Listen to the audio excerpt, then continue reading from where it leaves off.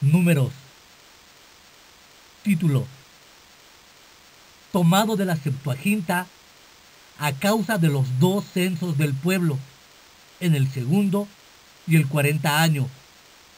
El título hebreo basado en las primeras palabras del libro en el desierto. Caracteriza mucho mejor el libro. ¿Quién? Moisés escribió bajo las órdenes de Yahvé este libro. Véase capítulo 33, versículo 2. Las listas detalladas de los censos, las precisiones concernientes al desierto, solo pudieron ser redactadas por un contemporáneo, salvo algunos pequeños añadidos posteriores, como por ejemplo capítulo 12, versículo 3. Cuando el libro engloba la historia del pueblo de Israel, el segundo año hasta el 40 después del Éxodo, o sea, 38 años y 10 meses.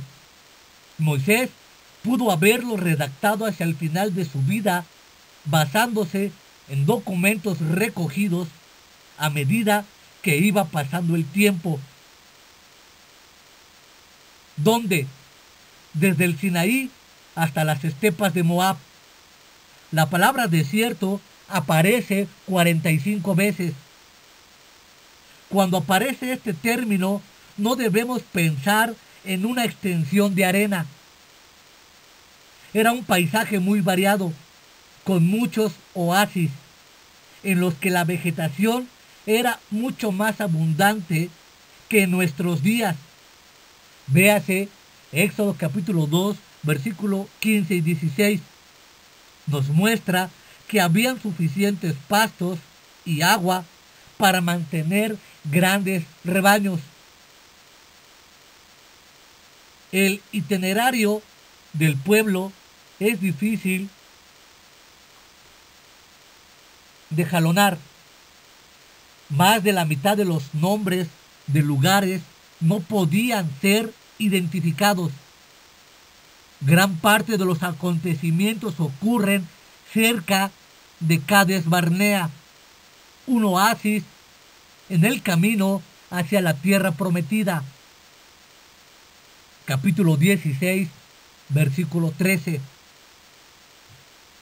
Que el libro es una continuación del Éxodo y nos muestra cómo Dios guía a su pueblo, un pueblo recalcitrante y contestatario. En 8 ocasiones se nos habla de sus murmuraciones. Subraya la gravedad de sus quejas, de la desobediencia y de la incredulidad. A la vuelta de los 2 espías, Dios pide que el pueblo respete a los guías que él mismo ha instituido y a la vez exige de estos una fidelidad y obediencia sin fallos. Vea capítulo 20, versículo 8 y 11.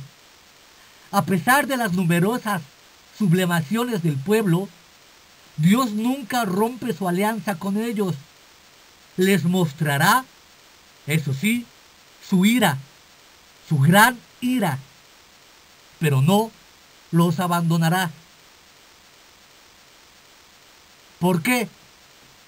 Al escribir este cuarto libro, sin lugar a dudas, Moisés tenía en mente de manera muy especial a la joven generación que iba a entrar en Canaán. Quería advertirles de que no imitaran la incredulidad de sus antepasados y a la vez quería prepararles espiritualmente para que entraran con fuerza y valor en el país prometido. Por una parte, resulta y resalta las exigencias y la santidad de Dios. No se bromea con los mandamientos y las directrices de Dios. Por otra parte, les quiere dar ánimos mostrándoles la imagen de un Dios misericordioso y fiel que sigue cumpliendo a pesar de todas las trabas y llevando a cabo sus designios benevolentes. Un Dios que perdona, consuela, restaura y quiere bendecir a su pueblo, que es el tema de las 7 profecías de Balaam. Las pruebas que también vivirán las nuevas generaciones son la manera de educar en la fe y en la perseverancia. Este libro se cita a menudo en el Nuevo Testamento. La serpiente de bronce era un tipo de Cristo en la cruz. La roca golpeada también era Él. El maná representaba el pan de vida. Balaam vio la estrella proveniente de Jacob, pero su doblez y su trágico final, así como la rebelión de Coré, están ahí como una solemne advertencia para los cristianos que pecan y continúan persistiendo en el pecado. Véase Judas 1:1, segunda de Pedro 2, versículo 15 y Apocalipsis 2, versículo 14. De la misma manera que Dios guió a su pueblo a través del desierto cuando salieron de Egipto, también quiere guiar al cristiano que sale del mundo y se dirige a la patria celestial, atravesando un país en donde él es peregrino y extranjero. Primera de Pedro capítulo 2 versículo 11 y Hebreos capítulo 11 versículo 8 al 16. ¿Cómo? El libro está subdividido en 3 partes. Número 1, en el Sinaí, preparación de la vieja generación, organización de Israel y santificación de Israel. Capítulo 1 al capítulo 10. 2. Desde el Sinaí hasta el Jordán, fracaso de la vieja generación, desde el Sinaí hasta Cades en el desierto, de camino hacia las llanuras de Moab, del capítulo 10 al capítulo 25. 3.